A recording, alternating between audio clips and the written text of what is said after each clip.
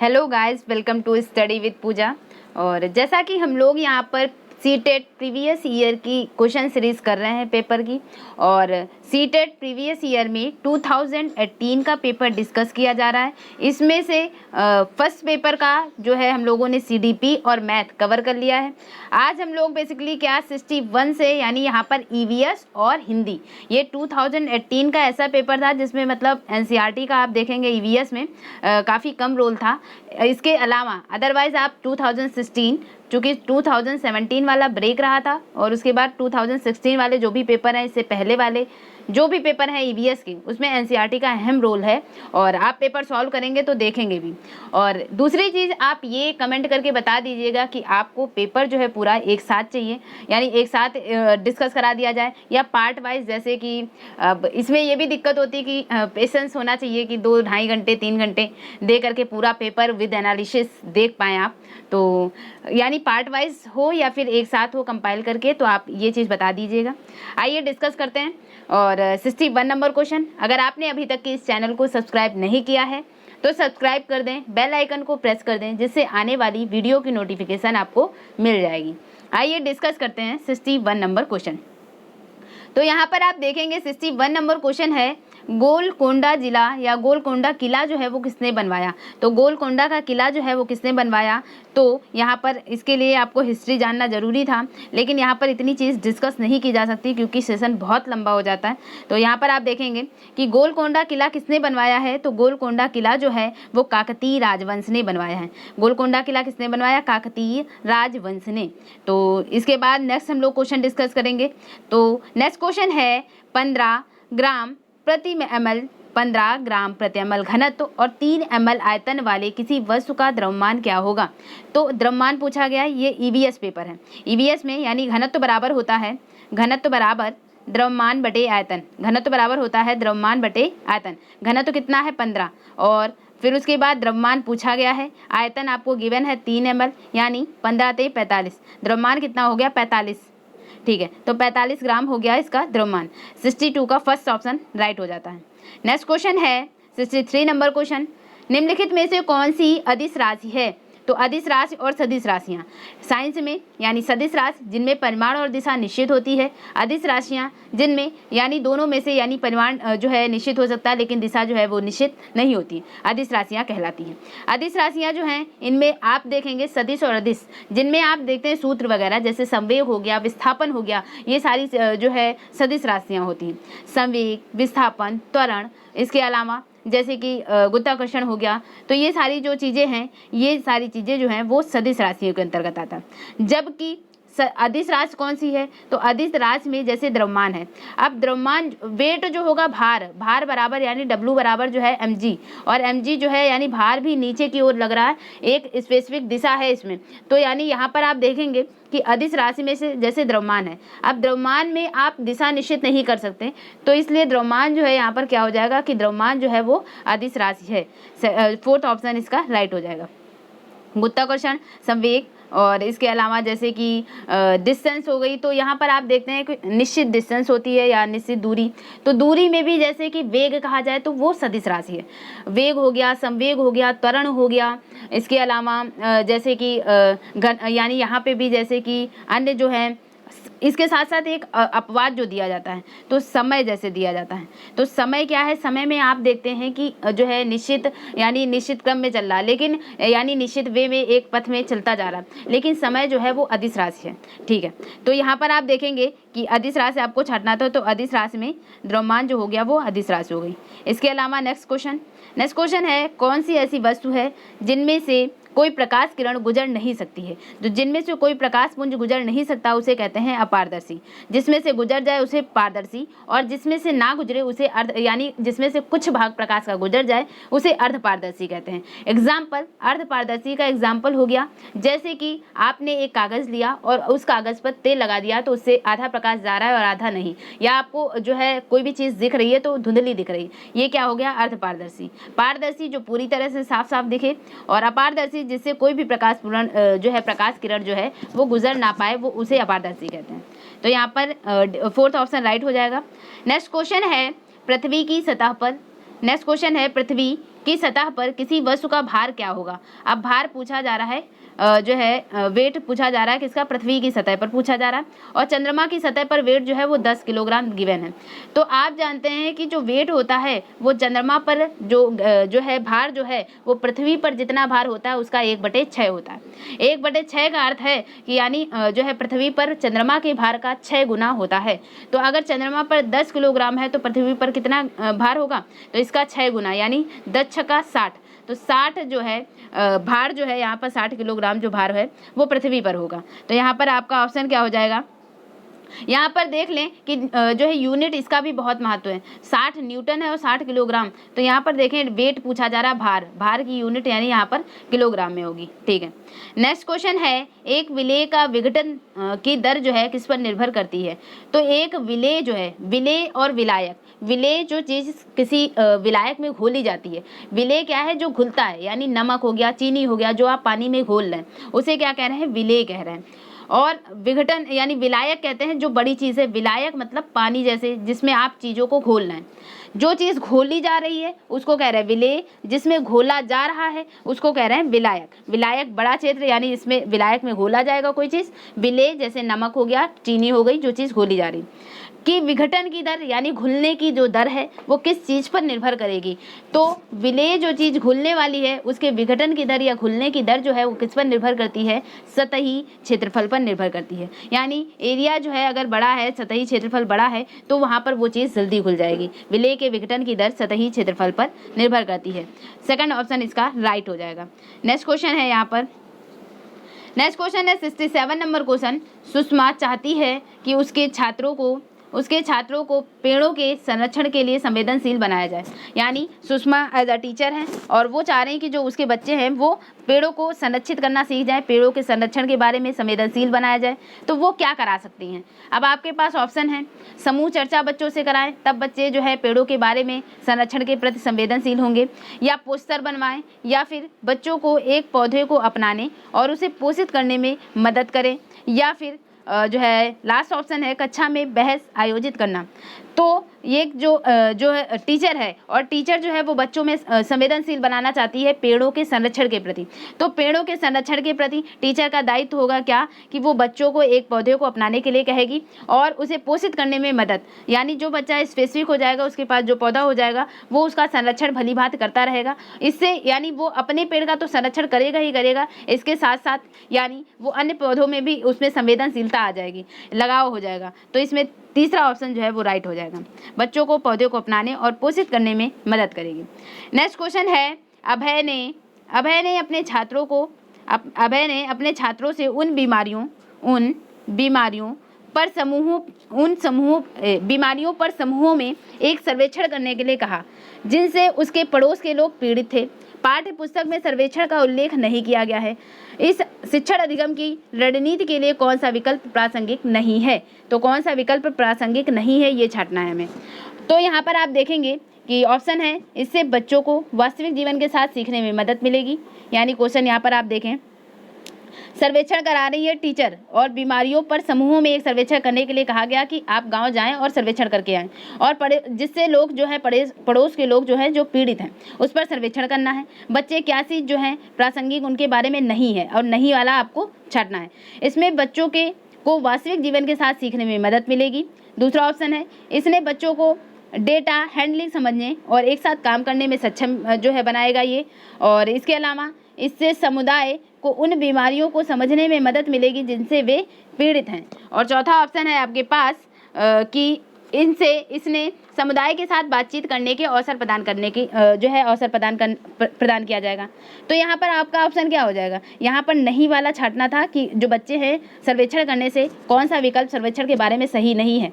तो सही नहीं है यहाँ पर आप देखेंगे कि जब सर्वेक्षण कर रहे हैं तो उसे वास्तविक जीवन के साथ सीखने में मदद भी मिल रही है। इसके अलावा जो बच्चे हैं उनको डाटा हैंडलिंग समझने में मदद मिल रही है, सक्षम बन रहे हैं। इसके अलावा इससे समुदाय में उन बीमारियों को समझने में मदद मिली जिससे वे पीड़ित हैं। तो बीमारी को समझने में मदद नहीं मिली क्योंकि जो बीमारी थी ये तो इन्हें पता ही था कि किस बीमारी से लोग पीड़ित हैं, किसका सर्वेक्षण करने जाना है इनको, तो इसमें इस चीज़ को समझने में कोई मदद नहीं मिली। जबकि चौथा है कि इसने समुदाय इसने समुदाय के साथ बातचीत करने का अवसर, तो बच्चों को अवसर भी दिया गया, ये भी बात पॉजिटिव वे में है। तो यहाँ पर तीसरा ऑप्शन जो है वो गलत हो जाएगा, नहीं होना चाहिए, नहीं होगा। तो क्योंकि बीमारी से वो पहले से परिचित हैं तभी सर्वेक्षण करने गए हैं। फिर नेक्स्ट आप देखेंगे 69 नंबर क्वेश्चन, और 69 नंबर क्वेश्चन है, आपातकालीन परिस्थितियों के बारे में बात करने के लिए प्रिया ने बच्चों के अनुभव पूछे जब उन्हें कभी आपात स्थिति का सामना करना पड़ा है। बच्चों ने आग, बिजली के झटके, सड़क दुर्घटनाओं के साथ अपने अनुभव सुनाए।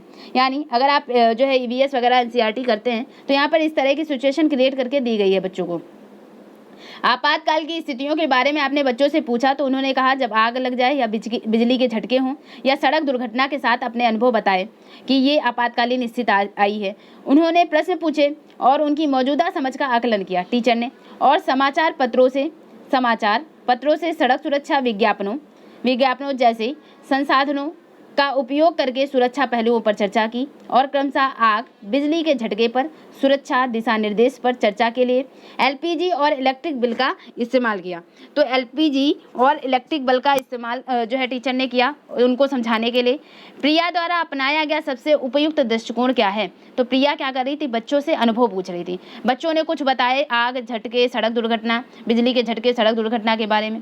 और जो प्रिया थी उसने क्या किया, समाचार पत्रों से सड़क सुरक्षा के विज्ञापन और जैसे संसाधनों का उपयोग करके सुरक्षा पहलुओं पर चर्चा की और बताया आग, बिजली के झटके पर सुरक्षा दिशा निर्देश की चर्चा के लिए जो एलपीजी है, इलेक्ट्रिक बल्ब है, उसका इस्तेमाल किया इसके लिए।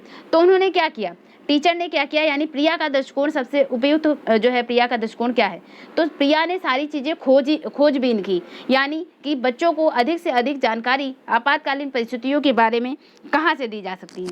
तो उन्होंने खोजा, और कहाँ पर खोजा, समाचार पत्रों में खोजा, टीवी, मीडिया। तो यहाँ पर यानी अन्वेषण दृष्टिकोण अपनाया है। प्रिया के द्वारा अपनाया गया सबसे उपयुक्त दृष्टिकोण क्या है, अन्वेषण दृष्टिकोण, खोजबीन करके वो लाई हैं।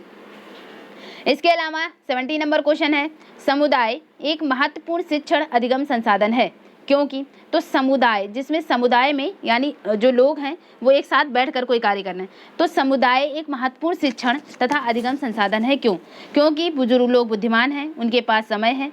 इसके अलावा जो है नेक्स्ट, तो यहाँ पर इससे कोई रिलेशन नहीं है इसका कि समुदाय से बुजुर्ग लोगों को स्पेसिफिक किया जाए। इसके अलावा यह वास्तविक परिस्थिति में सीखने का अवसर जो है प्रदान करता है। तो यानी आपने देखा था अवसर वगैरह, ये चीज़ हमेशा बच्चों में प्रायोरिटी दी जाएगी कि उनको अवसर दिया जाए, चाहे बोलने का, चाहे अपनी बात रखने का। तो समुदाय में कोई चीज़ कार्य कराने की बच्चों को प्रायोरिटी इसीलिए दी जाती है कि उन्हें अवसर मिलेगा अपनी बात रखने का, सीखने का एक दूसरे से। तो यहाँ पर समुदाय एक महत्वपूर्ण शिक्षण हो जाता है अधिगम संसाधन के लिए, क्योंकि यह एक वास्तविक परिस्थिति में सीखने का अवसर प्रदान करता है बच्चों में। तो यहाँ पर कौन सा ऑप्शन सही हो जाएगा, अवसर दे रहा किसको, वास्तविक परिस्थिति को, बच्चों के बारे में। पूरी तरह से पॉजिटिव आंसर 70 का, इसलिए 2 ऑप्शन यहाँ पर राइट हो जाता है। ठीक है, नेक्स्ट क्वेश्चन हम लोग डिस्कस करते हैं। तो नेक्स्ट क्वेश्चन है, ईवीएस शिक्षण अधिगम में कक्षा में प्राप्त अधिगम को विद्यालय की बाहर के जीवन से जोड़ने से इसे समृद्ध करने का तात्पर्य क्या है? तो यानी बाहरी परिवेश से जोड़कर सिखाया जाए जो भी बच्चे सीख रहे हैं। ये एनसीएफ बात करता है, नेशनल कैरिकुलम फ्रेमवर्क 2005। तो ईवीएस शिक्षण अधिगम में कक्षा में प्राप्त अधिगम को विद्यालय के बाहर के जीवन से जोड़ने और इसे समृद्ध करने का तात्पर्य क्या है? वैश्विक पर्यावरण मुद्दों और चिंताओं को पाठ्यपुस्तकों से लिंक करना, पूर्ण विद्यालय दशकों, पाठचर्या से बाहर जाना, पाठ्यपुस्तकों से बाहर जाना। तो यानी बाहरी परिवेश से जोड़ना है बच्चों को। अब बाहरी परिवेश से जोड़कर सिखाना है तो इसका मतलब ये नहीं है कि पाठ्यपुस्तकें ना पढ़ाई जाएं, पाठ्यपुस्तकों से बाहर चला जाए, या फिर पाठचर्या से ही बाहर चला जाए, ये भी नहीं हो सकता। या फिर पूर्ण विद्यालय दृष्टिकोण, तो पूर्ण विद्यालय दृष्टिकोण भी पूरी तरह से अपनाया नहीं जा रहा। तो यहाँ पर यानी विद्यालय को बाहर जीवन से जोड़ने का तात्पर्य ये हो जाता है, एनसीएफ का तात्पर्य है कि वैश्विक पर्यावरणीय जो भी मुद्दे हैं, चिंताएं हैं, उनको पाठ्यपुस्तकों से लिंक करके सिखाया जाए, बाहरी परिवेश से जोड़ करके जो है शिक्षा दी जाए, कनेक्टिंग करके। तो ये इसमें 71 का फर्स्ट ऑप्शन राइट हो जाता है। नेक्स्ट क्वेश्चन है 72 नंबर क्वेश्चन। 72 नंबर क्वेश्चन है, कक्षा 3 के छात्रों को रमा ने सिखाया कि पिता, माँ और उनके बच्चे एकल परिवार का गठन करते हैं। ठीक है, अब एक परिवार में पिता, माँ और बच्चे हैं। और यदि दादी दादा और अन्य रिश्तेदार साथ रहते हैं तो यह एक विस्तारित परिवार होता है। तो यानी परिवार कई प्रकार के होते हैं, संयुक्त परिवार, एकल परिवार। तो यहाँ पर इन्होंने क्या कह दिया, विस्तारित परिवार है। आप इस बारे में क्या सोचते हैं? अगर टीचर ने बताया कि उसके घर में, अगर बच्चे के घर में माता पिता और बच्चा है तो इसे एकल परिवार, और इसके अलावा दादी दादा और अन्य रिश्तेदार हैं तो जो है विस्तारित परिवार है, ये टीचर का कहना है। तो आप क्या सोचते हैं? तो रमा अपने छात्रों के प्रति असंवेदनशील है। तो असंवेदनशील जो है यहाँ पर इसका कोई रिलेशन इस जो है सेंटेंस से नहीं है। इसके अलावा यहाँ पर आप देखेंगे दूसरा है शिक्षण अधिगम दृष्टिकोण समावेशी नहीं है। यानी जो टीचर है जिन्होंने ये बताया अवधारणा, तो उनका शिक्षण अधिगम दृष्टिकोण जो है वो समावेश नहीं है। तीसरा है परिवार की अवधारणा को इसी तरह सिखाया जाना चाहिए। तो इस तरह सिखाया नहीं जाना चाहिए। क्यों? क्योंकि यानी बच्चों को स्पेसिफिक बताना चाहिए। एकल परिवार में माता पिता और बच्चे आते हैं, उनके बच्चे आते हैं, और संयुक्त परिवार में जॉइंट फैमिलीज आती हैं। संयुक्त परिवार जो है यहाँ पर संयुक्त परिवार अलग है और विस्तारित परिवार इसको नहीं कहेंगे। और कई तरह के परिवार होते हैं। तो यहाँ पर आप देखेंगे टीचर ने सिर्फ और सिर्फ एकल परिवार बता दिया, और दूसरा जो है जो बड़ी फैमिली उसको विस्तारित केवल बता दिया। तो यहाँ पर इसी तरह से नहीं सिखाना जाना चाहिए, यानी ये चीज़ तो गलत हो गई। फिर परिवार की परिभाषा गलत है, ये भी गलत है कि यहाँ पर एक स्टेटमेंट तो सही है, यानी पता है, लेकिन जो है यहाँ पर ये नहीं कह सकते कि जो परिवार की जो परिभाषा है वो गलत है। तो यहाँ पर जो है गलत, हालांकि गलत यहाँ पर विस्तारित नहीं होना चाहिए, विस्तारित की जगह जैसे संयुक्त सेंटेंस होता तो ये सही हो जाता। ठीक है, फिर उसके बाद यानी ये भी स्टेटमेंट गलत है। और इसके अलावा जो है शिक्षण अधिगम दृष्टिकोण जो है वो समावेशी नहीं है। तो शिक्षण अधिगम दृष्टिकोण जब समावेशी नहीं है, इसका मतलब ये है कि जो टीचर है उसने अगर बताया कि एकल परिवार में माता पिता बच्चे आते हैं, और यानी उसको संयुक्त परिवार बताना चाहिए था टीचर को, तो टीचर ने ये नहीं बताया। उन्होंने बताया कि दादा दादी और जो अन्य रिश्तेदार हैं वो विस्तारित परिवार हैं। तो यहाँ पर एक तरह से जो टीचर हैं उनका शिक्षण अधिगम जो दृष्टिकोण है वो समावेश नहीं है। तो यहाँ पर पूरी तरह से ये जो है ऑप्शन जो है वो ठीक है कि जो टीचर हैं उनके बारे में आप क्या सोचते हैं, एक तर्क जो है। तो इसमें जो शिक्षण अधिगम दृष्टिकोण है वो समावेशी नहीं है कि कैसे सिखाया जाए बच्चों को। हालांकि टीचर को पता है, लेकिन टीचर ने उसको विद एक्सप्लेन नहीं अच्छे से किया। तो इस तरह से उन्हें ये नहीं पता कि बच्चों को अधिगम कैसे कराया जाए, सिखाया कैसे जाए कि एकल परिवार क्या है, संयुक्त परिवार। तो उनका शिक्षण अधिगम जो है शिक्षण अधिगम दृष्टिकोण समावेश नहीं है। 73 नंबर क्वेश्चन है। 73 नंबर क्वेश्चन, कौन सी ईवीएस कक्षा में गतिविधि या गतिविधियां हैं? निम्नलिखित में से कौन सी ईवीएस कक्षा में गतिविधि या गतिविधियां हैं?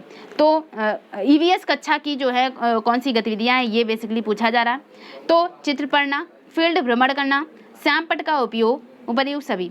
तो ईवीएस कक्षा में बच्चों में एक्टिविटी कराना है। अब बच्चा चित्र जो है पढ़ना है, चित्र को पढ़ना है, या चित्र बना रहा है, फील्ड भ्रमण कर रहा है, तो बच्चे कुछ ना कुछ कर रहे हैं, एक्टिविटी उसमें इन्वॉल्व है, तो गतिविधि हो रही है। तो चित्र में, फील्ड भ्रमण में और श्यामपट्ट के उपयोग में भी गतिविधि हो रही है। लेकिन यानी यहाँ पर जो है ईवीएस कक्षा में गतिविधि में क्या क्या आ जाएगा? चित्र पढ़ना, फील्ड भ्रमण और श्यामपट्ट का उपयोग, सभी ऑप्शन सही है। 4th ऑप्शन राइट हो जाएगा। नेक्स्ट क्वेश्चन है 74 नंबर क्वेश्चन। 74 नंबर क्वेश्चन है पर्यावरण अध्ययन पाठ्यक्रम बच्चों की समग्र शिक्षा का कारण बन सकता है। तो जो पर्यावरण अध्ययन है वो समग्र जो है पाठ्यक्रम जो है वो बच्चों की समग्र शिक्षा का कारण बन सकता है।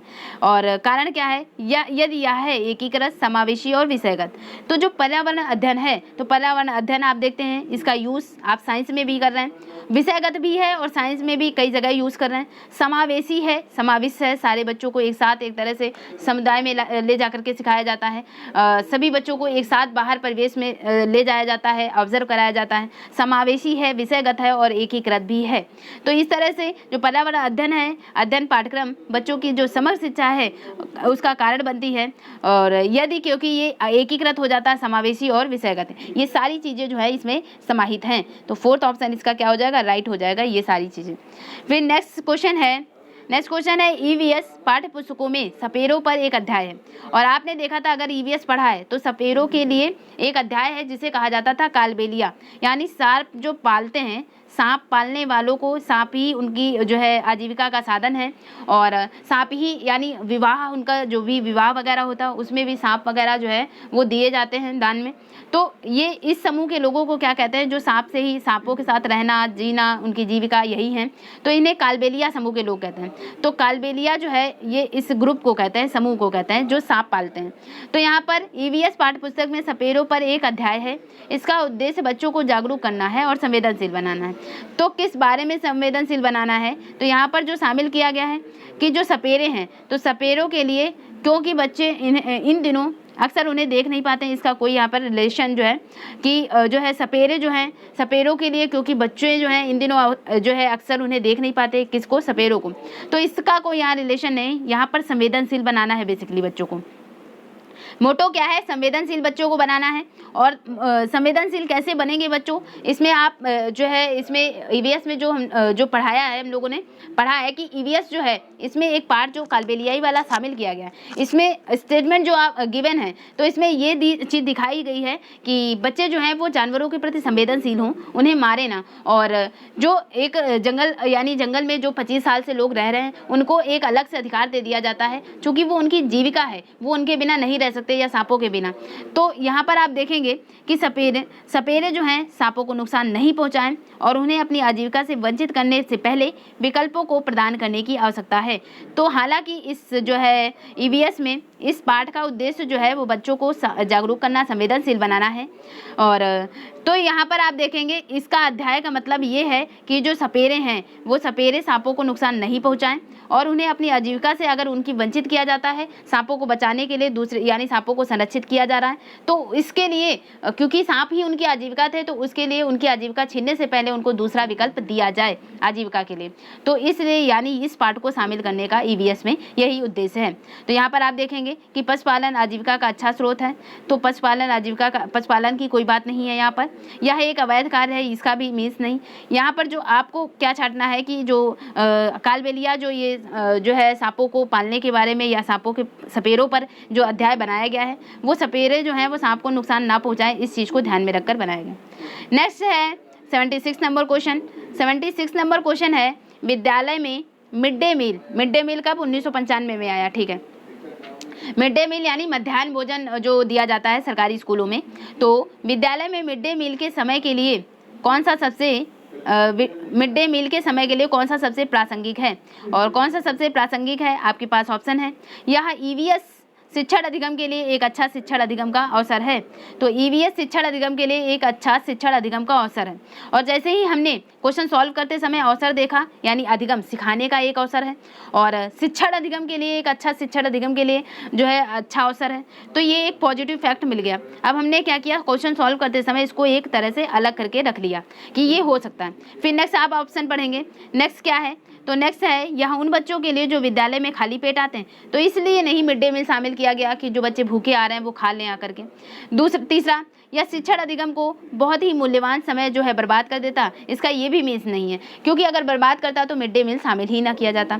फिर उसके बाद चौथा, शिक्षण अधिगम के साथ इसका कोई लेना देना नहीं, अगर लेना देना ना होता तो इसको शामिल ही नहीं किया जाता। तो तीन स्टेटमेंट तो आपने ऐसे ही काट दिए।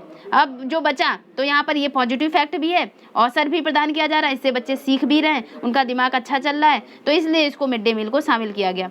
तो यहाँ पर ईवीएस शिक्षण अधिगम के लिए एक अच्छा शिक्षण अधिगम का अवसर है। नेक्स्ट आप देखेंगे 77।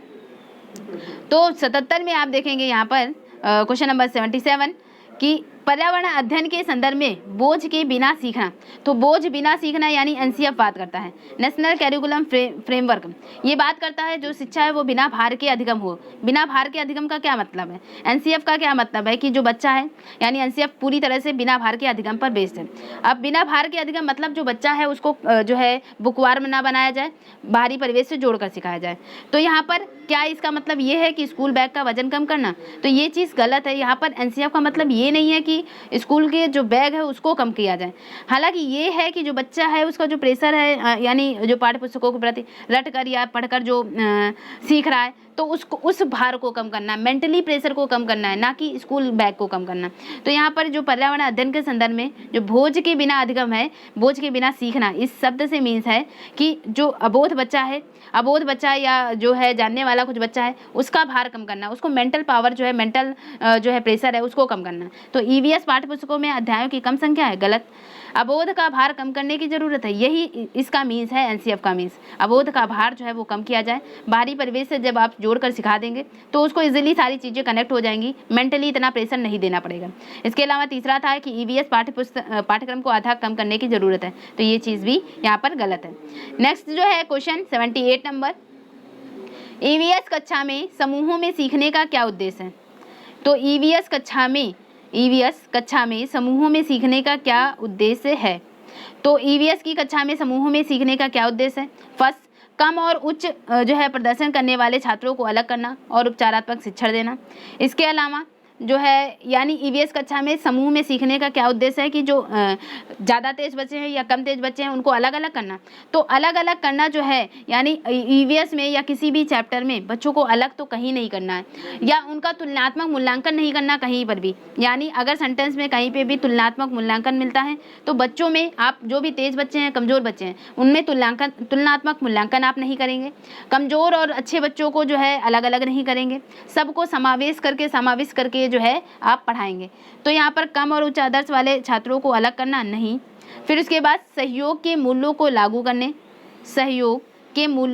करने और एक साथ काम करने के लिए प्रत्येक बच्चों को सक्रिय रूप से भाग लेने और सीखने में सक्षम बनाना। जैसे ही ये सेंटेंस को पढ़ा आपने देखा कि एक्टिविटी भी शामिल है बच्चों की, उनमें सक्षमता यानी सक्षम भी बना रहा है, तो ये पूरी तरह से पॉजिटिव आंसर है। अब इसको आप एक जगह मार्क आउट करके रख लें। फिर छात्रों को आसानी से प्रतिबंधित करना, बच्चों को कहीं रोकना नहीं, प्रतिबंधित नहीं करना, गलत हो गया यहीं से। फिर लड़के और लड़कियाँ अलग अलग सीख सकते हैं, तो यहाँ पर लिंग भेदभाव हो गया, इसको भी तुरंत काट दें आप। बचा क्या आपके पास ऑप्शन जो है, तो यहाँ पर आप देखेंगे बचा क्या, तो सहयोग, ये पूरी तरह से पॉजिटिव फैक्ट कि सहयोग के लिए मूल्यों को लागू करने, साथ काम करने और प्रत्येक बच्चे को सक्रिय रूप से भाग लेने और सीखने में सक्षम बनाना चाहिए। नेक्स्ट क्वेश्चन 79 नंबर क्वेश्चन, बाला का पूरा रूप क्या है? तो बाला का पूरा रूप क्या है? तो बाला का पूरा रूप जो है यहाँ पर जो है इंग्लिश वर्जन आप इसका देख लेंगे, तो बाला का पूरा रूप क्या है? तो यहाँ पर जो है हिंदी वर्जन में कि अधिगम सहायक के रूप में बिल्डिंग, तो अधिगम सहायक के रूप में बिल्डिंग यानी बिल्डिंग एज लर्निंग एड। तो यहाँ पर आप देखेंगे बाला का पूरा रूप क्या है, तो बाला का पूरा रूप है बिल्डिंग एज लर्निंग एड, ठीक है, अधिगम सहायक के रूप में बिल्डिंग। तो यहाँ पर 79 का 2 ऑप्शन जो है वो राइट हो जाता है। नेक्स्ट हम लोग डिस्कस करेंगे, तो आपको याद कैसे रखना, बाला बिल्डिंग क्या चीज़, बाला बिल्डिंग, और बिल्डिंग किसमें, अधिगम सहायक के रूप में, यानी अधिगम मतलब सीखने में सहायक हो रहा, तो अधिगम सहायक के रूप में बिल्डिंग क्या, बाला बिल्डिंग, ठीक है। आई थिंक मैं इस तरह से बोल दे रही हूँ तो ये अनकॉन्शियस माइंड में कहीं चला जाता है, और उसके बाद आप देखते हैं कि और अनकॉन्शियस माइंड पर बेसिकली जोर दिया है सिगमंड फ्रायड ने। तो अनकॉन्शियस माइंड में हमारे 90% चीज़ें जो हैं वो अनकॉन्शियस माइंड में जाती रहती हैं, और इनकेस जब कभी आप क्वेश्चंस जो है अगर सामने आ गया तो आप ये अनकॉन्शियस माइंड का ही जोर होता है कि आपको चीज़ें जो है उस समय यही जो है मार्क करके आएंगे आप कि बाला बिल्डिंग, यानी हो सकता है उस समय वो चीज़ आपको तुरंत याद आ जाए, ठीक है। नेक्स्ट क्वेश्चन है यहाँ पर, वैकल्पिक ढांचे का क्या अर्थ है? तो वैकल्पिक ढांचा यानी अल्टरनेटिव जो है फ्रेमवर्क, तो अल्टरनेटिव फ्रेमवर्क में क्या काम करेगा? आपके पास ऑप्शन है, विचार जो अवधारणाओं के औपचारिक रूप से स्वीकृत स्पष्टीकरण से अलग हैं, वर्तमान में वैज्ञानिकों और सामाजिक वैज्ञानिकों द्वारा आयोजित विचार, सभी विचार जो दृढ़ता से बच्चों द्वारा अर्जित किए जाते हैं, और लास्ट है विभिन्न भौतिक घटनाओं का पाठ्य पुस्तक स्पष्टीकरण। तो वैकल्पिक ढांचे का क्या अर्थ है? विकल्प के रूप में आप ढांचा यूज़ कर रहे हैं, तो वैकल्पिक ढांचे का क्या अर्थ है? तो सबसे पहले आपने पढ़ा कि जो विचार है, विचार जो अवधारणाओं के औपचारिक रूप से स्वीकृत स्पष्टीकरण से अलग हैं, या फिर जो है नेक्स्ट आपने देखा कि वर्तमान में वैज्ञानिक और सामाजिक वैज्ञानिकों द्वारा आयोजित विचार, तो ये जो यानी वैज्ञानिक शब्दावली को जोड़ नहीं देगा, तो वैज्ञानिक शब्दावली पर महत्व दिया जा रहा है, इसको आप हटा दें। फिर नेक्स्ट आप देखेंगे सभी विचार जो दृढ़ता से बच्चों द्वारा अर्जित किए जाते हैं, विभिन्न भौतिक घटनाओं का पाठ्यपुस्तक स्पष्टीकरण। तो वैकल्पिक ढांचा क्या है? वैकल्पिक ढांचा है कि जो भी विचार हैं, विचार जो अवधारणाओं और औपचारिक रूप से स्पष्ट जो स्वीकृत स्पष्टीकरण से अलग हैं, वो एक तरह से वैकल्पिक ढांचे के अंतर्गत आ रहे हैं। यानी जो औपचारिक रूप से अलग होते हैं वो वैकल्पिक ढांचे के अंतर्गत आ रहे हैं। तो वैकल्पिक ढांचे के अंतर्गत क्या आएंगे, यानी यहाँ पर आप देखेंगे ideas that differ from the formally accepted, जो हम औपचारिक रूप से जो कुछ सीख रहे हैं उनसे जो कुछ अलग हो जाता है वो एक अल्टरनेटिव फ्रेमवर्क के रूप में कार्य कर रहा है। ठीक है, तो यहाँ पर जो है फर्स्ट ऑप्शन जो है वो राइट हो जाएगा। फिर नेक्स्ट क्वेश्चन हम लोग डिस्कस करते हैं। तो नेक्स्ट क्वेश्चन है महिलाएं पुरुषों की तुलना में कमज़ोर होती हैं, और यह है तो महिलाएं पुरुषों की तुलना में कमज़ोर होती हैं। तो ये जो है यहाँ पर आप देखेंगे कि हर जगह जहाँ पे भी स्त्री पुरुष भेदभाव दे दिया जाए, लड़की और लड़के में भेदभाव दे दिया जाए, तो हमेशा रूढ़िबद्ध धारणा या पूर्ण लैंगिक जो है मानसिकता जो है ऑप्शन होता है। लेकिन यहाँ पर आप देखेंगे कि अगर स्टेटमेंट पढ़ने से आपको ऐसा फील हो रहा है कि जो महिलाएं हैं वो पुरुषों की तुलना में कमज़ोर हैं, तो यहाँ पर ये चीज़ दिखाने का प्रयास नहीं किया जा रहा है कि जो है महिलाएं पुरुषों से की तरह कार्य कर रहे हैं, या फिर ऐसा नहीं बोला जा रहा कि तुम लड़की की तरह रोते हो, यानी एज लाइक स्पेसिफिक नहीं कर रहे हैं कि इसमें जो है एक के प्रति जो है बायस नहीं हो रहा है। तो यहाँ पर आप देखेंगे जो महिलाएं हैं वो पुरुषों की तुलना में कमज़ोर हैं, ये मान लिया गया कि महिलाएं पुरुषों की तुलना में कमज़ोर हैं। ये चीज़ क्या है, ये चीज़ गलत है, मिथक है। तो यानी यहाँ पर जो है ऑप्शन क्या होगा, ये चीज़ मिथक है यानी गलत है। अगर यहीं पर स्टेटमेंट होता कि जो महिलाएं हैं वो पुरुषों की तुलना में जो है, यानी इसी जगह होता कि पुरुषों की कंपैरिजन में पुरुषों की तुलना में जो महिलाएं हैं उनको कमज़ोर समझा गया, माना गया है, या जो है लोगों का मानना है कि जो महिलाएं हैं वो पुरुषों की तुलना में कमज़ोर होती हैं। तो अगर इस तरह की हो तो लोगों की मानसिकता को अगर दर्शाए तो लोगों की मानसिकता को तो वो रूढ़िबद्ध धारणा हो जाती है, यानी लोगों की मेंटलिटी ऐसी बनी है, लोगों की धारणा ऐसी बनी है, तो वो रूढ़िबद्ध धारणा को सेंटेंस रिप्रेजेंट करता है। लेकिन ये सेंटेंस ही गलत है कि महिलाएं पुरुषों की तुलना में कमज़ोर होती हैं, तो ये चीज़ मिथक है, गलत है। तो ये यहाँ पर क्या हो जाएगा, फोर्थ ऑप्शन मिथक है। ठीक है, नेक्स्ट क्वेश्चन है 82 नंबर, भारत में बिहार के सापेक्ष जम्मू कश्मीर और गोवा की स्थिति क्या है। तो ये तो एनसीईआरटी में आया हुआ क्वेश्चन, और बेसिकली जिसे भी भारत का मैप पता है वो इजीली इसे कर पाएगा। तो बिहार के सापेक्ष आप बिहार की सिचुएशन कहाँ देखते हैं, पूर्व में तो बिहार यानी आप देखते हैं उत्तर प्रदेश के बगल में इधर बिहार, तो इधर बिहार है समझ लीजिए, और जम्मू कश्मीर और गोवा की स्थिति, तो बिहार के सापेक्ष चलना है, और बिहार के सापेक्ष पहले आप जम्मू कश्मीर जाएं। तो यहाँ पर अगर बिहार है तो जम्मू कश्मीर यहाँ पर, यानी अगर भारत के मैप में आप देखते हैं, ये तो यहाँ पर आपको जो है ये तो जो है काफ़ी जो है यहाँ पर मैप जो है सही से नहीं बन पाएगा, लेकिन मैं सिचुएशन बता रही हूँ। तो सिचुएशन आप देखेंगे अगर यानी चतुष्कोणीय आकृति अगर भारत की ले लें तो यहाँ पर मान लिया ये जम्मू कश्मीर है, ये जम्मू कश्मीर, तो यहाँ पर आप देखेंगे बिहार है। तो बिहार की सिचुएशन में जम्मू कश्मीर क्या है, तो जम्मू कश्मीर जो है एक तरह से जब आप इधर जा रहे हैं इसका मतलब है ये उत्तर था, यानी ये नॉर्थ था, और ये पश्चिम था, वेस्ट था, तो उत्तर पश्चिम की ओर जा रहे हैं, यानी ये दिशा को दर्शा रहे हैं। तो ये इस दिशा को दर्शाना मतलब उत्तर पश्चिम। इसके अलावा फिर यानी जम्मू कश्मीर जाने के लिए आप कहाँ गए, सेंटर में आपके पास जो है बिहार था, और बिहार के सेंटर से इधर जाना यानी उत्तर पश्चिम जाना, इससे आप कंपैरिजन करें तो उत्तर पश्चिम गए, उसके बाद जो है बिहार के सापेक्ष जम्मू कश्मीर जाना है, उसके बाद गोवा जाना है।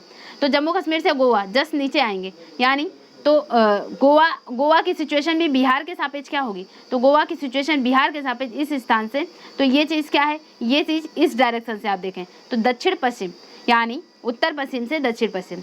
आई होप आप समझ गए होंगे। तो यानी बिहार कहाँ, पूर्व में, बिहार से जम्मू कश्मीर की सिचुएशन इस कंडीशन के अकॉर्डिंग, यानी ये होता है नॉर्थ और ये होता है वेस्ट और ये है साउथ। ठीक है, तो इस ये बिहार है मान लिया इस जगह पे, तो उत्तर जो है जम्मू कश्मीर जाने के लिए हम जाएंगे उत्तर पश्चिम, और उत्तर पश्चिम के बाद जो है इसी सापेक्ष यानी यहाँ पर जम्मू कश्मीर पहुँच गए। जम्मू कश्मीर के बाद जो है दक्षिण पश्चिम जाने के लिए, तो दक्षिण पश्चिम जाने के लिए इस बिहार के सापेक्ष यहाँ पर देखेंगे, यानी इसकी कंडीशन यहाँ पर हुई, तो यहाँ पर यानी तो पश्चिम और दक्षिण पश्चिम के बीच, तो ये इस चीज़ को आप इजीली कनेक्ट करेंगे, उत्तर पश्चिम और दक्षिण पश्चिम। ठीक है, नेक्स्ट क्वेश्चन है वाष्पीकरण की प्रक्रिया निम्नलिखित में से किस स्थिति में सबसे धीमी होगी।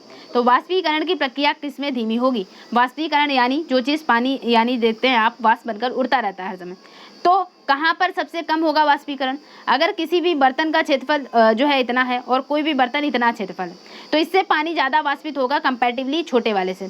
तो यानी एक चीज़ आप समझ गए कि अगर सतही क्षेत्रफल कम हो तो उसका वाष्पीकरण क्या होगा? कम होगा। एक चीज़ आपने डिस्कस कर ली। दूसरा इसमें क्या है? तापमान पर डिपेंड है। तो तापमान, मान लिया यहाँ पर ये छोटी चीज़ और ये बड़ी चीज़, तो यहाँ पर आपने देखा तापमान जो है, मान लिया यहाँ पर तापमान जो है टेम्परेचर यहाँ का मान लिया ठंडा इलाका है और 12 डिग्री टेम्परेचर है। दूसरी जगह का टेम्परेचर मान लिया 50 डिग्री टेम्परेचर, काफ़ी गर्म इलाका, जैसे राजस्थान वाला ले लिया मान लिया। तो यहाँ पर आप देखेंगे तो राजस्थान में कहीं पानी नहीं मिल रहा, यानी यहाँ पर जब टेम्परेचर ज़्यादा है तो ज़्यादा वाष्पीकरण हो जाएगा पानी, और जहाँ पर कम टेम्परेचर है वहाँ पर कम वाष्पित होगा। तो कहने का तात्पर्य वाष्पीकरण की प्रक्रिया सबसे धीमी कहाँ होगी? जहाँ पर सतह का क्षेत्रफल भी कम हो और टेम्परेचर भी कम हो। इसका मतलब क्या हो गया? इसका मतलब होगा सतही क्षेत्रफल, यानी इसका ऑप्शन आप देखेंगे तो इसके ऑप्शन क्या होंगे कि सतही क्षेत्रफल और तापमान दोनों में वृद्धि या सतही क्षेत्रफल तापमान दोनों में कमी। तो सतही क्षेत्रफल और तापमान दोनों में कमी, थर्ड ऑप्शन राइट हो जाता है। Next question 84 number question. 84 number question है स्थानों, दूरियों और दिशाओं के सापेक्ष स्थिति को समझने की क्षमता। तो स्थान, दूरियां और दिशा के सापेक्ष जो स्थिति है उसको समझने की क्षमता क्या है? तो उसको समझने की क्षमता जो है स्थान, दूरी, तो इसको समझने की क्षमता क्या कहलाएगी? तो इसको समझने की क्षमता क्या चित्रण कौशल है, स्थिति कौशल है, ग्राफिक कौशल है या दिशात्मक? तो इसको अब आप जो हिंदी वर्जन देख रहे हैं तो आप कंफ्यूज हो सकते हैं चित्रण कौशल क्या है, लेकिन जब स्थान, दूरी और दिशा मापना है किसी भी जगह की, अगर आप मैप के थ्रू जाते हैं, अब आप तुरंत समझ गए, यानी इंग्लिश वर्जन देखा आप पकड़ ले जाएंगे कि मैप के थ्रू आप दिशा भी जान रहे हैं, कहाँ पर स्थान है वो भी जान रहे हैं, किस दिशा में जाना है, कितनी डिस्टेंस है, आप मैप के थ्रू चले जाएंगे। तो यानी क्या आपको यहाँ पर जो है स्थिति कौशल की ज़रूरत पड़ी या ग्राफिक कौशल की या दिशात्मक कौशल की? तो स्थान, दूरी, दिशा के लिए आपको सिर्फ मैप की ज़रूरत पड़ी, यानी मैपिंग स्किल, तो चित्रण कौशल की ज़रूरत पड़ गई। तो यहाँ पर अब हिंदी की जगह इंग्लिश वाला ज़्यादा आसान आपको लगा होगा और आंसर पकड़ने की दृष्टि से। तो 84 का फर्स्ट ऑप्शन राइट हो गया। नेक्स्ट क्वेश्चन है किस राष्ट्रीय पाठचर्या या फ्रेमवर्क एनसीएफ, यानी एनसीएफ की बात की जा रही है, एनसीएफ ने प्राथमिक स्तर पर एक एकीकृत पाठचर्या क्षेत्र के रूप में पढ़ाए जाने के लिए पर्यावरण अध्ययन की सिफारिश कब की थी?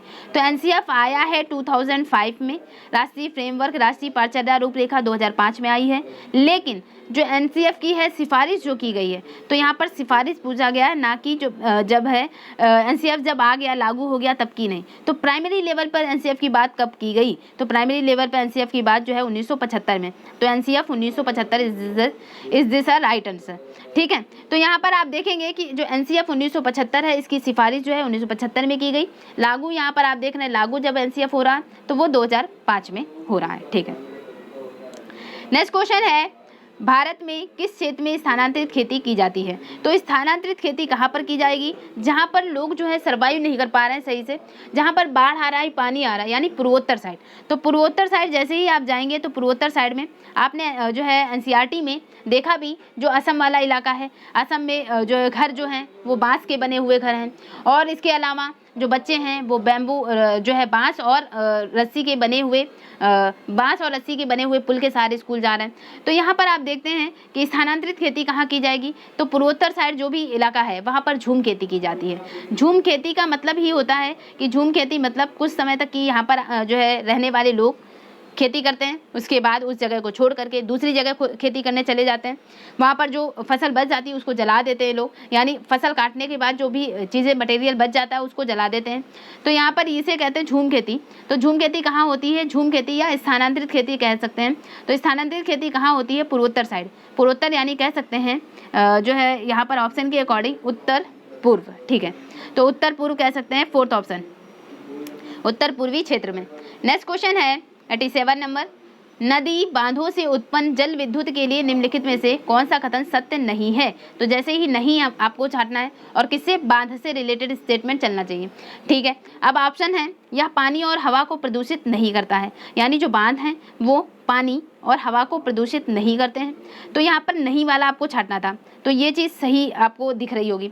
फिर नेक्स्ट आप देखेंगे 87 नंबर क्वेश्चन में नेक्स्ट आप देखेंगे कि जो जल विद्युत सुविधाओं से बड़े पर्यावरणीय प्रभाव हो सकते हैं। ये भी राइट है कि जल विद्युत जो सुविधा है उससे बड़े पर्यावरणीय प्रभाव हो सकते हैं। ये पानी और हवा को प्रदूषित नहीं करते हैं। क्या? बांध। ठीक है, बांध स्वदेशी लोगों को अपनी नदी की जीवन रेखाओं से अलग करते हैं।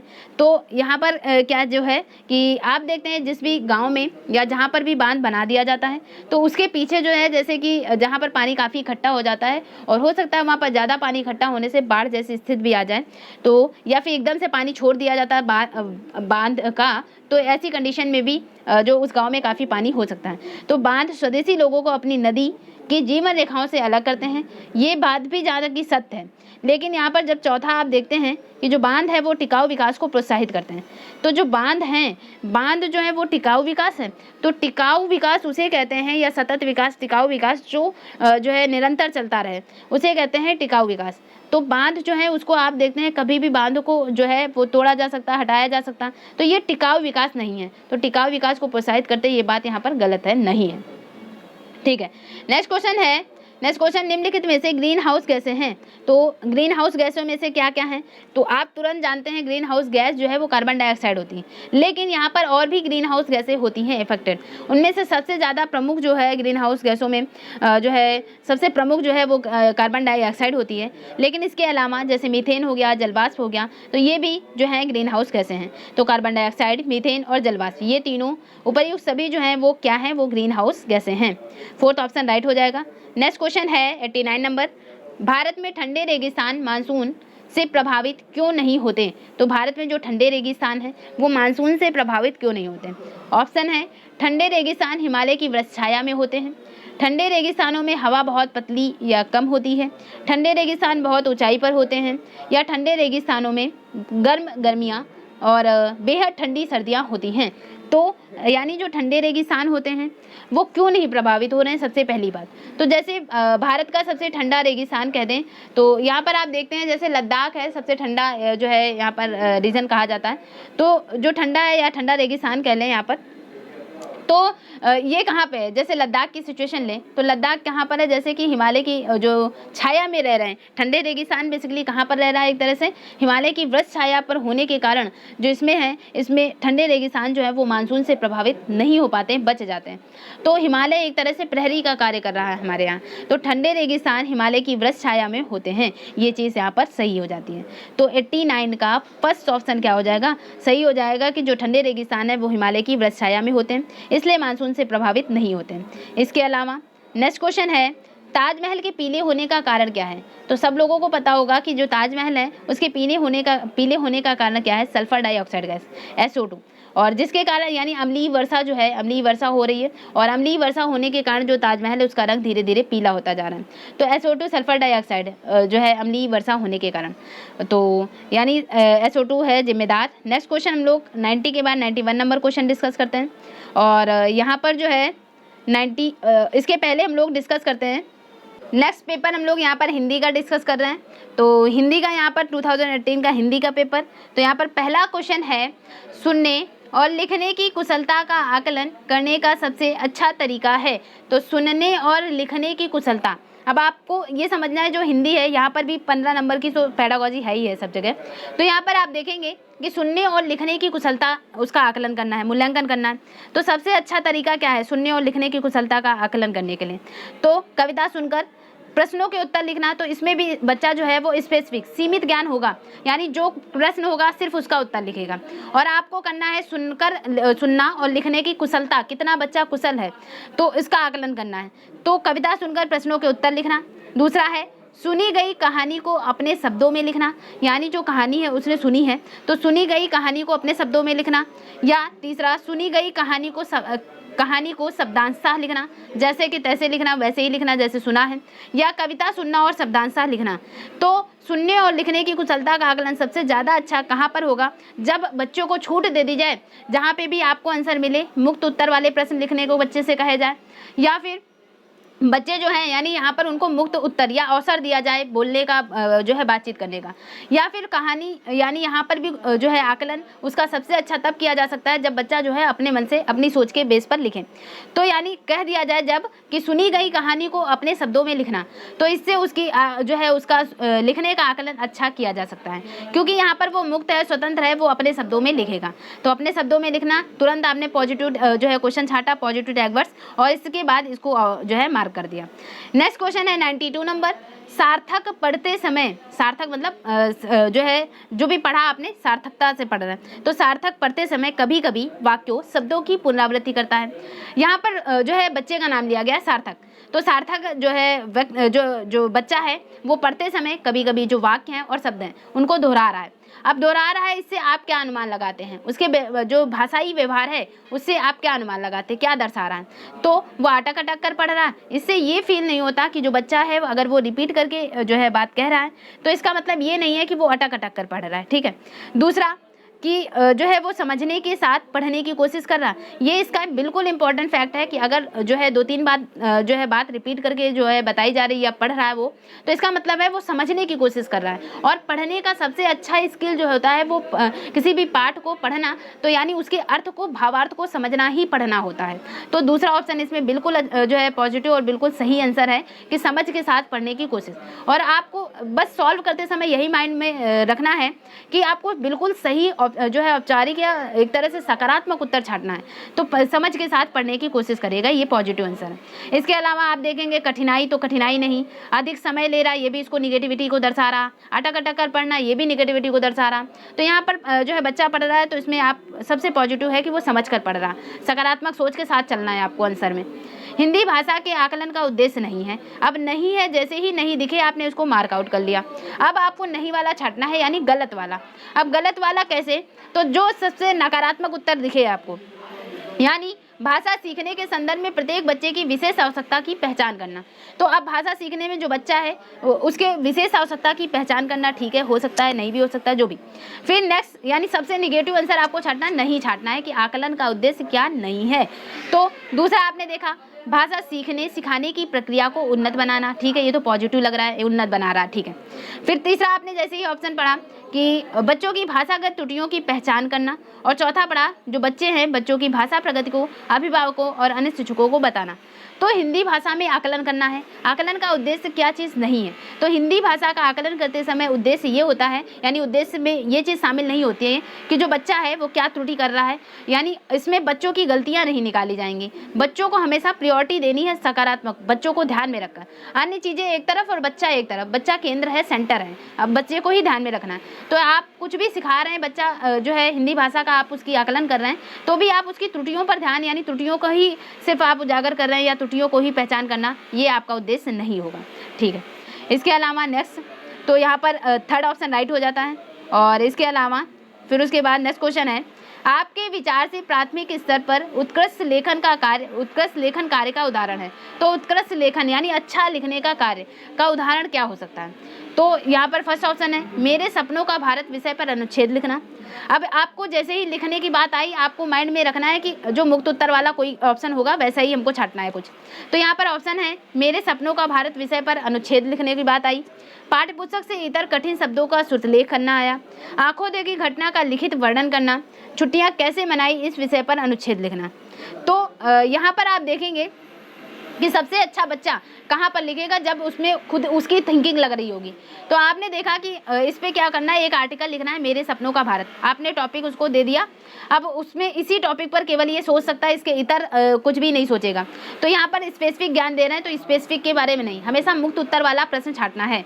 तो यहाँ पर पाठ्य पुस्तक से इतर यानी पाठ्य पुस्तक से छोड़ करके कठिन शब्द, तो कठिन शब्द यहाँ पर भी आपने स्पेसिफिक उसको कंडीशन दे दी, बाउंडेशन दे दिया कि आपको पाठ्य पुस्तक से अलग कुछ कठिन शब्द लिखने हैं, सुनकर लिखने हैं। इसके अलावा किसी आंखों देखी घटना का लिखित वर्णन। अब यहाँ पर बच्चों को पूरी तरह से छूट है, मुक्त रूप में वो स्वतंत्र रूप से लिख सकता है कि उसने क्या क्या देखा, अब वो लिपिबद्ध करे, यानी ये मिल गया आपको मुक्त उत्तर वाला प्रश्न, मुक्त उत्तर वाला आंसर। तो 94 का क्या ऑप्शन राइट हो जाएगा? तो 94 का थर्ड ऑप्शन राइट हो जाएगा कि आंखों देखी घटना का वो अपने शब्दों में वर्णन करे, ठीक है। तो नेक्स्ट क्वेश्चन है भाषा सीखने के संदर्भ में कौन सा कथन सही है?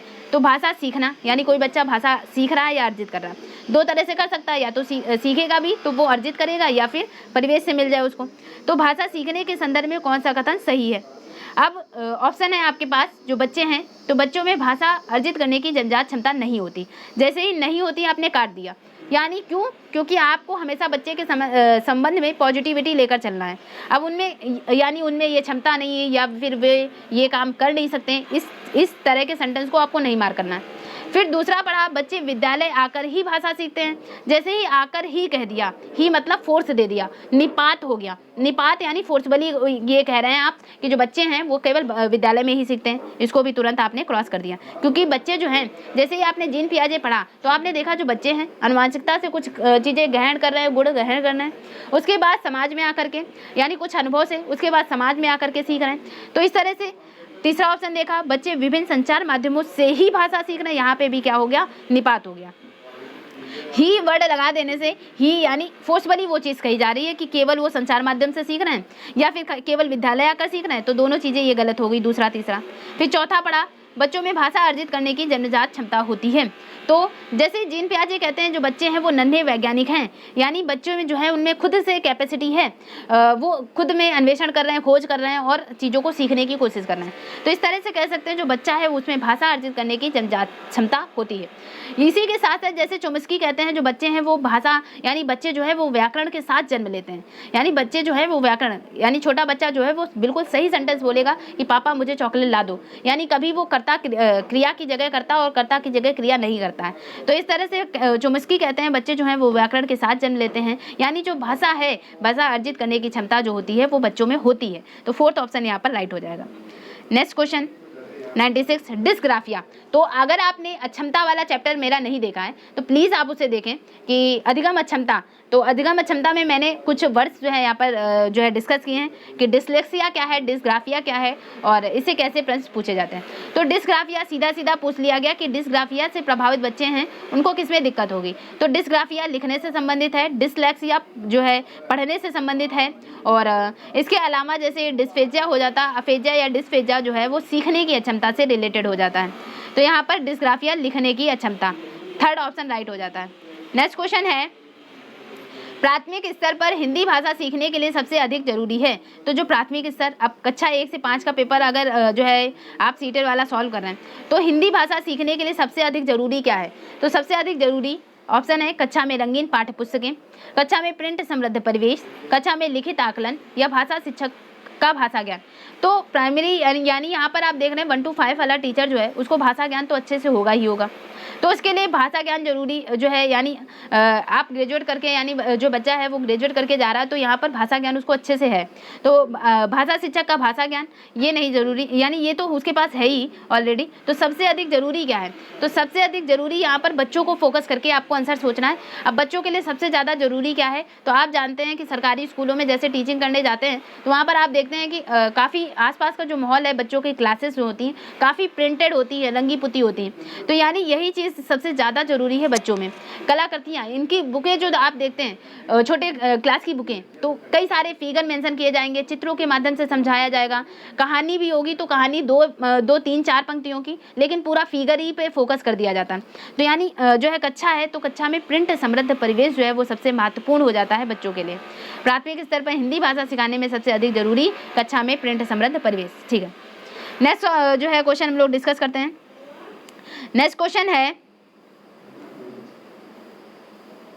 क्वेश्चन है कि बच्चे जो है वो बोलचाल की भाषा का अनुभव लेकर विद्यालय आते हैं। ठीक है, बोलचाल की भाषा का अनुभव लेकर के विद्यालय आते हैं। ठीक है, बच्चों में जन्मजात होता है, उसके बाद सीखते हैं।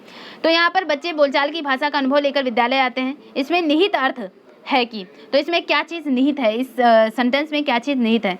तो ऑप्शन है आपके पास, बच्चे की बोलचाल की भाषा को सुधारा जाए, या बच्चों को भाषाई अनुभवों का उचित प्रयोग किया जाए। तीसरा है बच्चे जो है भाषाई अनुभवों को कक्षा के बाहर रखा जाए। तो यानी बच्चे जो हैं, अगर बच्चे जो है ग्रामीण परिवेश से आ रहे हैं या शहरी परिवेश से आ रहे हैं, उनकी भाषा को महत्व देना है आपको, उनको इग्नोर नहीं करना, उनका जो है उनकी भाषा, उनकी बातों को सम्मान देना है। तो यहाँ पर आप देखेंगे यहाँ पर जैसे ही कहा कि बच्चे जो हैं, बच्चों के भाषाई अनुभव को कक्षा के बाहर रखा जाए, काट दें आप, क्रॉस कर दें इस चीज़ को, नेगेटिविटी दर्शा रहा। बच्चों को बोलचाल की भाषा ना सिखाई जाए, इसको भी आपने तुरंत क्रॉस कर दिया। अब आपके पास ऑप्शन है 1 और 2, और यहाँ पर क्वेश्चन है बच्चे जो है बोलचाल की भाषा का अनुभव लेकर विद्यालय आ रहे हैं, तो इसमें क्या चीज़ निहित है? तो बच्चे को बोलचाल की भाषा को सुधारा जाए या फिर बच्चे के भाषाई अनुभव का उचित प्रयोग किया जाए। तो सबसे पॉजिटिव आंसर क्या है?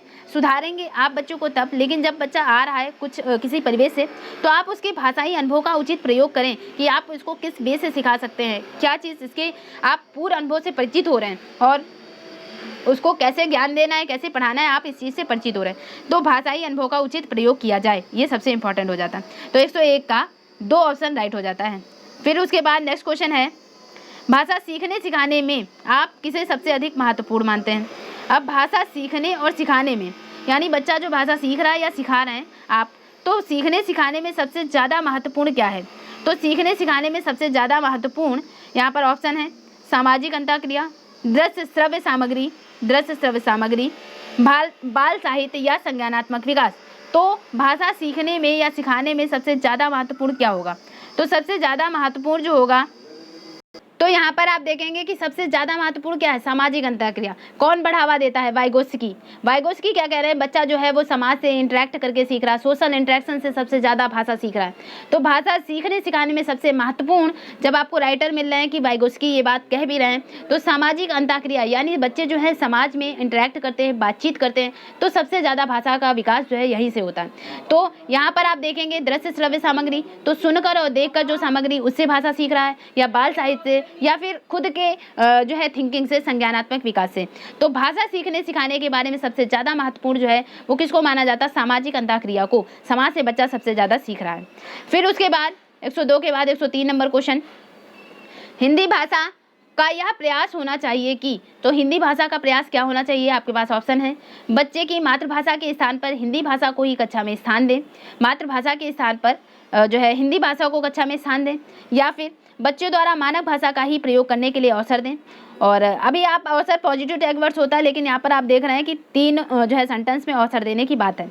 और अब आपको कौन सा छांटना है आंसर इसमें से, ठीक है? तो यहाँ पर आप देखें कि हिंदी भाषा शिक्षक, अब शिक्षक का क्या प्रयास है?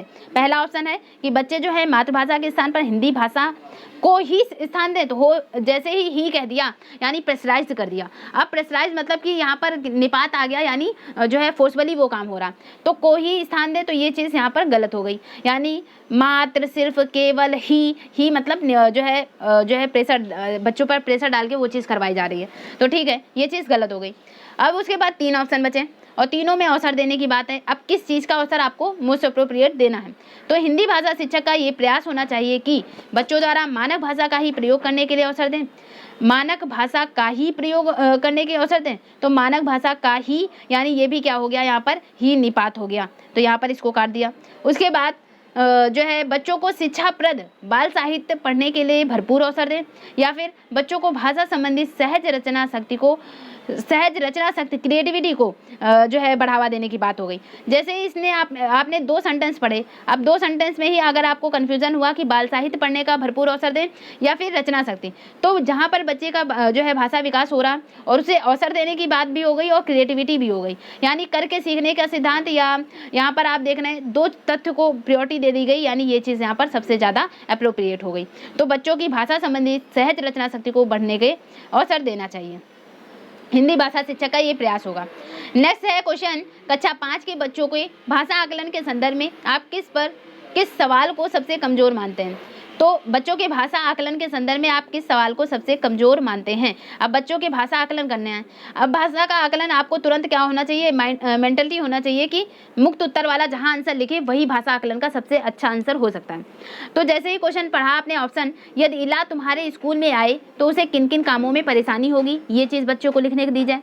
या फिर बच्चे से पूछा जाए कि दोस्तों से पूछ कर पता करो कि कौन किस बात से घबराता है, इसमें उसका जो है मुक्त उत्तर आपको नज़र आ रहा है। या फिर ईदगाह कहानी में हामिद ने मेले से क्या खरीदा, तो ये भी एक स्पेसिफिक आंसर है कि ईदगाह कहानी में मेले से हामिद ने क्या क्या खरीदा, इसका एक स्पेसिफिक उत्तर है। बच्चा सोच नहीं रहा ज़्यादा। दोस्तों से पूछकर पता करें, दोस्तों से पूछा, जो बता दिया उसने वो लिख दिया। फिर इला तुम्हारे स्कूल में आए तो उसे किन किन कामों में परेशानी होगी, तो यहाँ पर आप देखें तो यहाँ पर भी क्या होगा, तो एक स्पेसिफिक लड़की, उससे उतना ही क्वेश्चन जो पूछा गया उसको आप लिख रहे हैं। फिर चौथे में आपने देखा केशव सबसे क्या कहता होगा, कल्पना करके केशव के शब्दों में लिखो। तो कल्पना करना है, इमेजिनेशन करना है। अब बच्चा यहाँ पर बिल्कुल सोचेगा। तो यहाँ पर अगर आप देखेंगे कि अगर चारों ऑप्शन में सबसे ज़्यादा मोस्ट अप्रोप्रिएट क्या होगा, तो यहाँ पर आप देखेंगे कि आपको क्या चाहिए था, किस सवाल को सबसे कमज़ोर मानते हैं। तो किस सवाल को सबसे कमज़ोर यानी निगेटिव आंसर चाहिए था। निगेटिव आंसर यानी नहीं वाला या कमज़ोर वाला आंसर चाहिए था। तो कमज़ोर वाला आपको क्या हुआ, तो यानी जहाँ पर बिल्कुल जो है संक्षिप्तता हो, सीमितता हो। सीमितता आपने देखा कि किन किन कामों में परेशानी होगी, थोड़ा सा विस्तार होगा लेकिन इतना नहीं होगा। दोस्तों से पूछेगा और किन बातों पे घबराता है, इसमें भी थोड़ा विस्तार होगा। और केशव सबसे क्या कहता होगा, कल्पना करके केशव के शब्दों में लिखो, इसमें भी थोड़ा विस्तार होगा। लेकिन यहाँ पर ईदगाह कहानी ने हामिद ने मेले से क्या खरीदा, बिल्कुल स्पेसिफिक अंदर और एकदम जो एग्जैक्ट। और पूरी क्लास इसका एक ही उत्तर लिखेगी। अब पूरी क्लास इसका एक ही उत्तर यानी इसका एक सीमित उत्तर है, इसमें कुछ भी सोचना नहीं है। तो ये एक तरह से सबसे कमजोर है। भाषा आकलन, इसमें आप बच्चे की भाषा का आकलन नहीं कर सकते क्योंकि सारी पूरी क्लास ने वही आंसर लिखा होगा। ठीक है, नेक्स्ट क्वेश्चन है भाषा का अति महत्वपूर्ण प्रकार क्या है। तो यानी भाषा का सबसे महत्वपूर्ण जो है वो प्रकार क्या है, अक्षर का ज्ञान होना, संप्रेषण, लेखन या सुनना। तो भाषा सबसे ज्यादा विकसित कहाँ पे हो रही, सामाजिक अंतःक्रिया से। बच्चे को मुक्त उत्तर वाले प्रश्न दिए जा रहे हैं। आपने दो चीजें तो यहाँ से स्पेसिफिक समझनी। उसके बाद आपने देखा कि जो बच्चा है उसकी भाषा सबसे ज्यादा, उस भाषा का अति सबसे महत्वपूर्ण जो है वो क्या है, वो है संप्रेषण। संप्रेषण यानी बच्चे में भाषा का विकास हो और ऐसी भाषा कि वो अपनी बात को दूसरों तक ही पहुंचा सके, दूसरों की बातों को समझ सके, इसको कहते हैं संप्रेषण। तो संप्रेषण यानी बातचीत के माध्यम से अपनी बातों को रख सके, दूसरों की बातों को समझ सकें। तो भाषा, इसी को कहते हैं भाषा का आकलन हो जाएगा सबसे महत्वपूर्ण प्रकार। तो 105 का 2 ऑप्शन जो है वो सही हो जाता है, संप्रेषण। नेक्स्ट क्वेश्चन है, नेक्स्ट क्वेश्चन 106 नंबर क्वेश्चन, और 106 से 111 जो है बेसिकली जो है पैसेज के बारे में है। तो 106 से 111 जो है यहाँ पर पहले पद्य का एक पैसेज दिया जाता है और उसमें आप देख रहे हैं 5 क्वेश्चन जो है वो पद्य से हो जाएंगे। तो यहाँ पर पूर्व चलने के बटोही बाट की पहचान कर ले, है अनिश्चित किस जगह पर जो है सरित गिर गहर मिलेंगे, है अनिश्चित किस जगह पर बाग वन जो है सुंदर मिलेंगे, किस जगह यात्रा खत्म हो जाएगी, या भी अनिश्चित है, अनिश्चित कब सुमन कब कंटकों के सर मिलेंगे, कौन सहसा छू जाएंगे मिलेंगे कौन सहसा, आप पढ़े कुछ भी रुकेगा तू न ऐसी आन कर ले। यानी एक तरह से यहाँ पर जो है राइटर जो है वो कहने का प्रयास कर रहा है कि कैसी भी कठिन परिस्थिति आ जाए आगे बढ़ना है। और यहाँ पर यानी जो यहाँ पर आप देख रहे हैं कि कहीं पर जो है कंटक मिलेंगे, कहीं पर फूल मिलेंगे, इसका अर्थ है कि कभी आपको सुख मिलेगा, कभी दुख मिलेगा, आपको क्या करना है, आगे बढ़ते जाना है। ठीक है, इसका ये सार है। तो यहाँ पर आप देखेंगे क्वेश्चन कि कविता की पंक्तियों में यात्रा की किस विशेषता की ओर संकेत किया गया है। तो यात्रा की किस विशेषता की ओर संकेत किया गया है, तो जो है ऑप्शन क्या होगा, सुखों की ओर, अनिश्चितता की ओर, साहस की ओर या कठिनाइयों की ओर। तो यहाँ पर कविता की पंक्तियों में जो यात्रा है, तो यात्रा की किस विशेषता की ओर जो है सूचित किया जा रहा है।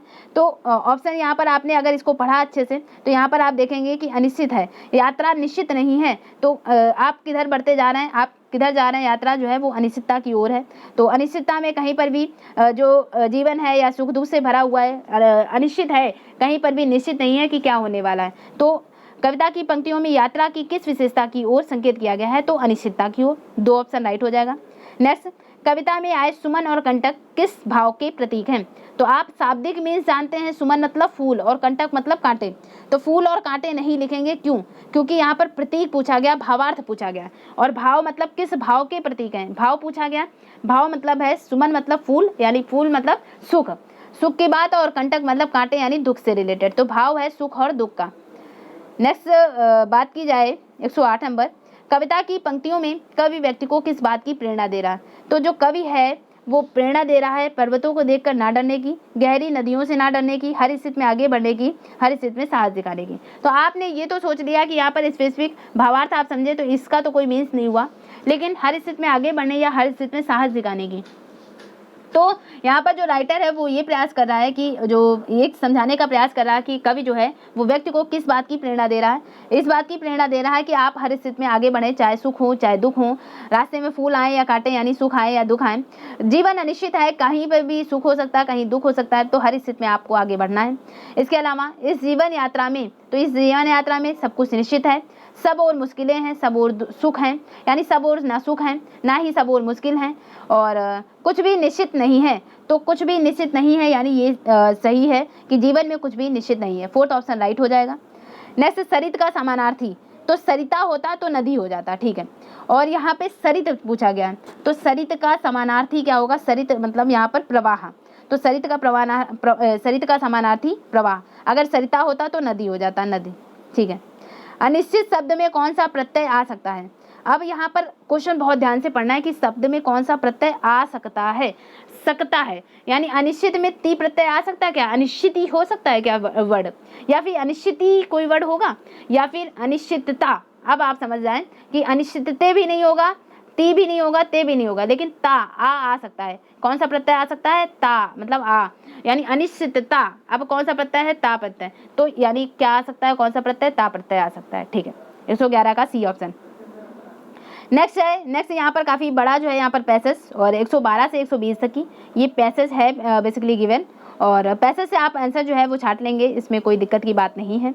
तो यहाँ पर मैं देख लेती हूँ कि कोई व्याकरण का क्वेश्चन अगर हो तो करा दिया जाए। तो अनुच्छेद के आधार पर गीत कविता के बारे में कौन सा कथन सही नहीं है? तो यहाँ पर जो है रिलेटेड किससे है? तो रिलेटेड पूरा पैसेज से है। तो बच्चों के लिए लक्ष्य कौन निर्धारित करता है? माता पिता। कविता, यानी यहाँ पर आपको मैं ऑप्शन बता देती हूँ कि अनुच्छेद के आधार पर जो गीत कविता है इसके बारे में कौन सा कथन सही नहीं है। तो कौन सा कथन सही नहीं है यहाँ पर आप देखेंगे तो एक तरह से इसमें जो है ऑप्शन आपको इसके पैसेज पढ़ने से पता चल जाएंगे, और इसे बताने से कोई जो है लेना देना नहीं। तो यहाँ पर आप देखेंगे कि बच्चों के लिए लक्ष्य कौन निर्धारित करता है? एक तरह से माता पिता। उसके बाद कविताएं सुनी सुनाई जाएं, इसमें हाँ ठीक है, ये व्याकरण का क्वेश्चन है कि कविताएं सुनी सुनाई जाएं, इसमें कौन सी क्रिया लगी है? तो सुनी और सुनाई जाए कविता, तो इसमें कौन सी क्रिया लगी है? तो इसमें द्विकर्मक क्रिया लगी है, यानी एक तो किसी के द्वारा आपने सुनी होगी वो कविता और दूसरे के द्वारा सुनाई जा रही होगी, दो कर्म लगे तो यानी द्विकर्मक क्रिया। तो द्विकर्मक क्रिया हो गई, इसमें सुनी और सुनाई जा रही है। और इसके अलावा अकर्मक, जिसमें क्रिया ना हो, तो क्रिया ना हो यानी एक तरह से जिसमें कर्म ना हो, जिसमें कर्म ना हो वो अकर्मक होता है। ऑप्शन जैसे कि राम सोता है, अब राम कोई भी क्रिया नहीं कर रहा, राम मुस्कुराता है, सोता है, हंसता है, तो इसमें कोई भी क्रिया नहीं हो रही है, यानी कोई भी एक तरह से कोई भी कर्म नहीं है, तो एक तरह से जब कर्म ना हो वो हो जाता है अकर्मक। तो ऑप्शन राम सोता है, राम हंसता है, मुस्कुराता है, तो ये क्या है? ये अकर्मक क्रिया है। इसी जगह होता राम जो है वो पढ़ता है, राम खाना खाता है, तो यानी कुछ पढ़ रहा होगा, कुछ खा रहा होगा, वो हो जाता है सकर्मक, ठीक है। और प्रेरणार्थक यानी दूसरे से इंस्पायर्ड हो जाते हैं, खटखटाना जो है किस यानी खट से खटखटाना, तो एक दूसरे से इंस्पायर्ड होंगे, तो यानी यहाँ पर होगा प्रेरणार्थक क्रिया हो जाता है वहाँ पर, ठीक है। सुनी सुनाई दो चीज़ें, दो कर्म कार्य कर रहे हैं, तो दो कर्म यानी द्विकर्मक क्रिया है। आई होप आप इस चीज़ को समझ गए।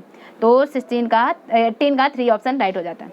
फिर नेक्स्ट है सांस्कृतिक में प्रत्यय है, तो सांस्कृतिक में प्रत्यय यानी जो शब्द या शब्द समूह या अक्षर समूह शब्द वर्ण या वर्णों के समूह में लग करके या शब्द में लग करके उसके अर्थ या भावार्थ को चेंज कर देते हैं, उसे कह रहे हैं प्रत्यय।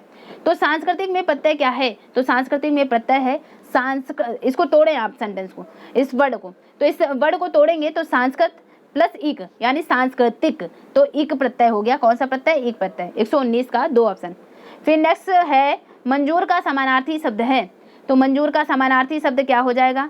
तो मंजूर का समानार्थी शब्द हो जाएगा मंजूर करना किसी चीज़ को, यानी स्वीकार करना। स्वीकार मतलब सेकंड ऑप्शन राइट हो जाएगा। तो ये तो हम लोगों ने 120 क्वेश्चन जो है वो डिस्कस कर लिए 2018 पेपर फर्स्ट प्राइमरी लेवल, ठीक है। आई होप आपको ये सेशन अच्छा लगा होगा, और इसमें हम लोगों ने 60 क्वेश्चन बेसिकली और काफ़ी कम समय में यानी एग्जैक्ट 60 ही मिनट में, और कुछ जो बोलने में 6 मिनट 7 मिनट चले गए।